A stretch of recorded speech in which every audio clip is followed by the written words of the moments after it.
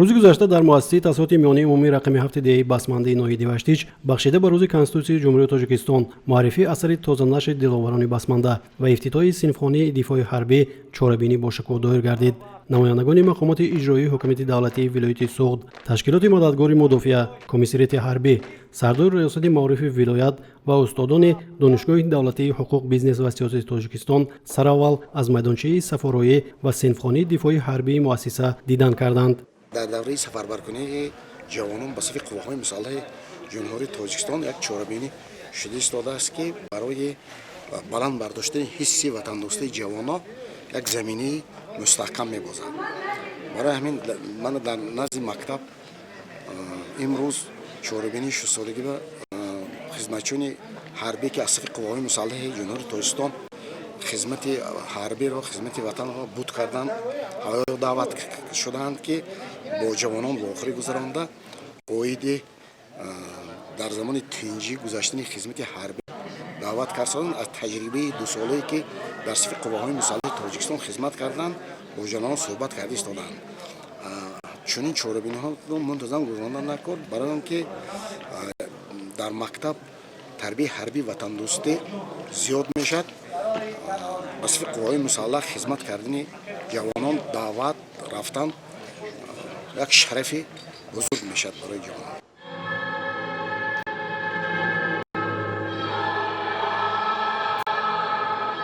با صدا دادن سرود ملی و وارد مجلسگاه شدن پرچم دولتی قسم دوم چاره‌بینی آغاز گردید. نماینده مقامات اجرایی حکومت دولتی ولایت تویچزاده تیمور اقدام روی دست گرفته یکی از فرزندان فرزانه دهی مذکور پالکونیک الهام بونیازوف را جهت بلند برداشتن حس وطندوستی و مهن‌پرستی جوانان نظررس ارزیابی نمود. از جانب شخص سخاوتپیشه تعمیر و تجدید و با عیانت و لوازمات ضروری تامین کرده شدن سینفخانه دفاعی ҳарбӣ و میدانچه صف آرایی را سردار ریاست معارف ولایت کریمزاده عاصم قاسمی تجربه نمونوی خواند و قید کرد که در دیگر شهر و نواحی ولایت راه اندازی چنین اقدام برای در سطح ضروری دایر گردیدن فن دفاعی ҳарбӣ سریوقته خواهد بود.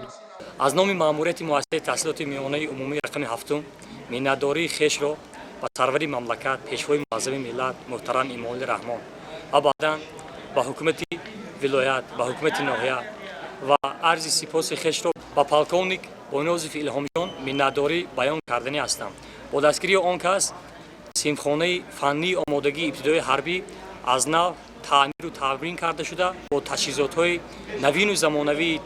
تعلیمی تامین کرده شد. ذکر کردن جایز است که در این چاره‌بینی معرفی کتاب دلاوران بسمانده پالکونیک الهام بونیازوف نیز از جانب مدیر کافدره تاریخ خلق تاجیک دانشگاه دولتی حقوق بیزنس و سیاست تاجیکستان دکتر علم‌های تاریخ پروفسور حامدزاده فرقت مقیم دایر گردید. کتاب مذکور همچون حجت تصدیق کننده درباره 145 نفر سفربر شدگان دهه مذکور و جنگ بزرگ وطنی سالهای 1941-1945 و قهرمانی آنها در میدانهای محاربه کمانک کورس تا برلین نقل میکند و برای در وجود جوانان و نورسان بیدار کردن حس خودشناسی ملی، آگاهی پیدا نمودن از تاریخ دیار و حمایه مرز و بوم وطن پیش بینی شده است. ما از صنف دهم شروع به آموزش این فن کردیم. ما با فن اولین با قاعده های یاری اولین طبی مدافع گرزین را یاد گرفتیم و از این فن ما طرز استفاده بردن یراق‌های آتشفشانی و طرز حمایه شخصی و هر گونه گازها استفاده نقاب گازی را یاد گرفتیم و اساسا این فن برای همه ضرور می باشد چون که ما جوانان را حس وطندوستی جوانان را بلند میبرد و این اهمیت اولین درجه دارد. وقتی که